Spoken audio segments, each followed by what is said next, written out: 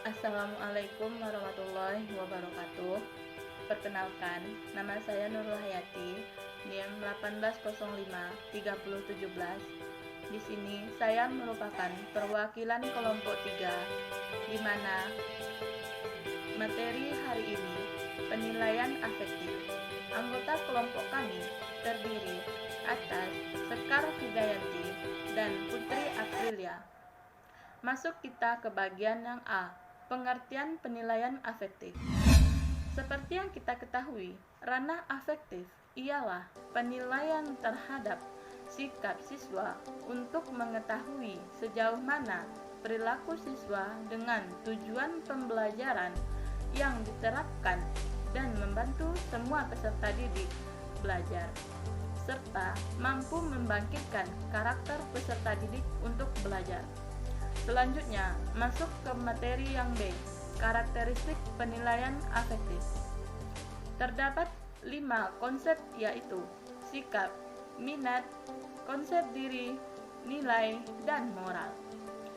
Yang pertama, sikap, suatu kecenderungan bertindak secara suka dan tidaknya terhadap suatu objek. B.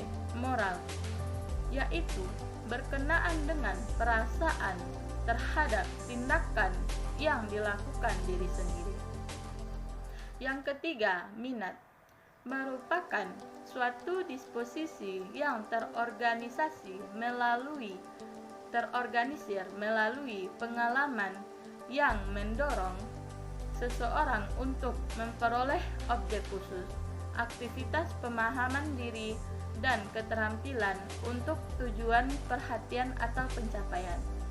Yang keempat, penilaian, suatu keyakinan, perbuatan, tindakan, dan sikap buruk dan atau jelek terhadap sesuatu. Yang kelima, konsep diri. Konsep diri merupakan evaluasi yang dilakukan individu terhadap kemampuan dan kelemahan yang dimilikinya. Baiklah, saya Sekar Fidasanti dengan NIM 18053056 akan melanjutkan materi dari rekan saya, yaitu Nurul Hayati. Materi yang saya akan jelaskan adalah penerapan penilaian dalam pembelajaran ekonomi. Di sini, penerapan penilaian afektif ini dilihat dari keseharian para siswa ketika mengikuti pelajaran pada mata pelajaran ekonomi. Jadi, yang dinilai itu berdasarkan sikap serta perilaku dari keseharian para siswa. Dalam mata pelajaran ekonomi, penilaian pada ranah ini juga dilihat berdasarkan perilaku-perilaku siswa yang menekankan pada aspek perasaan dan emosi, seperti adanya minat, sikap, apresiasi, dan penyesuaian diri ketika mengikuti proses pembelajaran pada mata pelajaran ekonomi. Materi selanjutnya adalah penerapan penilaian sesuai dengan pelajaran ekonomi atau SMK sesuai dengan konsentrasi atau kejuruannya. Di sini saya mengambil mata pelajaran ekonomi yang dilihat berdasarkan instrumen sikap. Di sini merupakan cara mudah untuk mengetahui sikap peserta didik bisa melalui pemilihan atau tes kuesioner. Pengembangan dari instrumen sikap dalam mata pelajaran ekonomi ini bisa meliputi seperti adanya membaca buku ekonomi, mempelajari pelajaran ekonomi, melakukan interaksi dengan guru ekonomi, mengerjakan tugas-tugas pelajaran ekonomi, serta melakukan diskusi tentang ekonomi. Yang kedua ada instrumen minat. Di sini juga sama penilaiannya melalui kuesioner, tes kuesioner. Namun instrumen yang ada di dalamnya itu seperti minat atau keinginan dalam mencatat pelajaran ekonomi. Yang kedua ada berminat untuk memahami pelajaran ekonomi. Yang ketiga pastinya ada keinginan untuk memiliki buku pelajaran ekonomi sehingga lebih paham dalam mempelajari pelajaran ekonomi tersebut. Dan yang terakhir ada keinginan untuk keseriusan dalam mengikuti pelajaran ekonomi. Yang ketiga kita bisa lihat dari instrumen nilai. Instrumen nilai ini berkaitan dengan keyakinan, sikap, serta aktivitas atau tindakan seseorang terhadap sesuatu yang merupakan refleksi dari nilai yang dianutnya. Contohnya dari indikator nilai ini adalah yang pertama, dapat meyakini keberhasilan peserta didik dalam mata pelajaran ekonomi. Jadi guru bisa meyakinkan kepada siswa untuk dapat menamatkan atau menyelesaikan mata pelajaran ekonomi ini. Yang kedua, ada menunjukkan keyakinan atas kemampuan guru ekonomi. Di sini guru juga harus menunjukkan kemampuan yang dimilikinya dalam proses belajar mengajar, sehingga siswa tidak ragu lagi dengan pengajaran yang dilakukan oleh guru tersebut. Yang ketiga, ada mempertahankan keyakinan akan harapan masyarakat. Untuk kedepannya, setelah mempelajari ekonomi, siswa diharapkan dapat terjun langsung dalam pembelajaran ekonomi di kehidupan bermasyarakat yang jauh lebih luas nantinya. Materi selanjutnya adalah instrumen moral. Instrumen moral itu merupakan cara mudah untuk mengetahui moral dari peserta didik, bisa melalui instrumen moral dalam keseharian. Di sini ada beberapa contoh instrumen moral.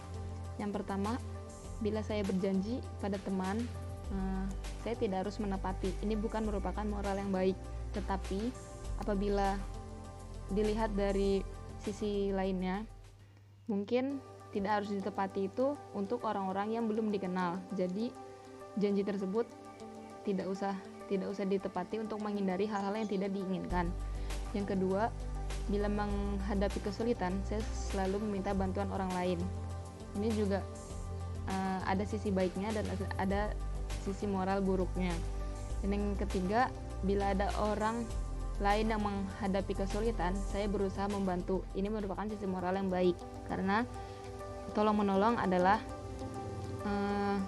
harus tertanam dalam diri kita, sehingga apabila nantinya kita yang membutuhkan pertolongan, maka orang lain bisa menolong kita dengan semestinya. Yang keempat, bila bertemu teman, saya selalu menyapanya walaupun ia tidak melihat saya. Di sini merupakan moral yang baik. Entah itu mau disapa balik atau tidak, setidaknya kita sudah mencerminkan perilaku moral kita sedemikian rupa. Yang kelima, saya selalu bercerita hal yang menyenangkan kepada teman, walau tidak seluruhnya benar. Ini kembali lagi, ini ada sisi moral baiknya dan ada tidaknya, tergantung bagaimana kita menyikapi. Dan yang terakhir, bila ada orang yang bercerita, saya tidak selalu mempercayainya. Ini dikembalikan lagi kepada orang yang mau menanggapinya, apakah bisa menempatkan sisinya ini pada moral baik atau tidak, tergantung dari keputusan orang tersebut. Baiklah, mungkin itu saja yang bisa saya sampaikan. Materi selanjutnya, instrumen yang kelima, ada instrumen konsep diri yang akan disampaikan oleh rekan saya, Putri Aprilia. Kepada Putri dipersilahkan.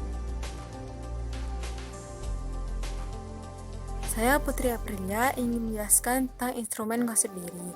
Instrumen konsep diri bertujuan untuk mengetahui kekuatan dan kelemahan diri sendiri. Contoh indikator konsep diri yang pertama yaitu memilih mata pelajaran yang mudah dipahami.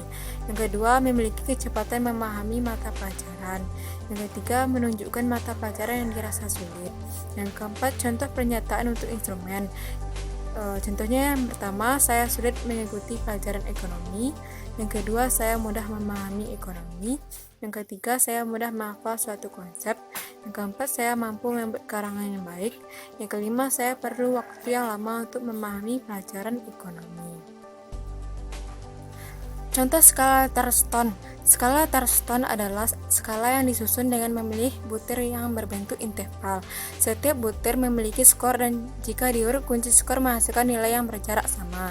Di sini ada contoh lembar skala Thurston, minat terhadap pelajaran ekonomi, di mana di sini ada pernyataan 1-5, saya senang belajar ekonomi, pelajaran ekonomi bermanfaat, saya berusaha hadir tiap ada jam pelajaran ekonomi, saya berusaha memiliki buku pelajaran ekonomi membosankan.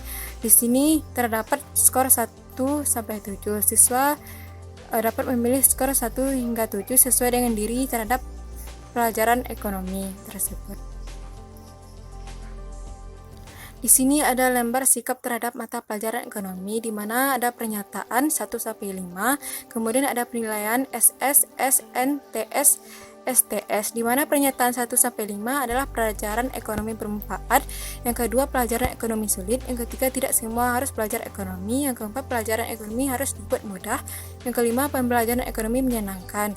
Penilaiannya di mana SS adalah sangat setuju, S setuju, N netral, TS tidak setuju, STS sangat tidak setuju.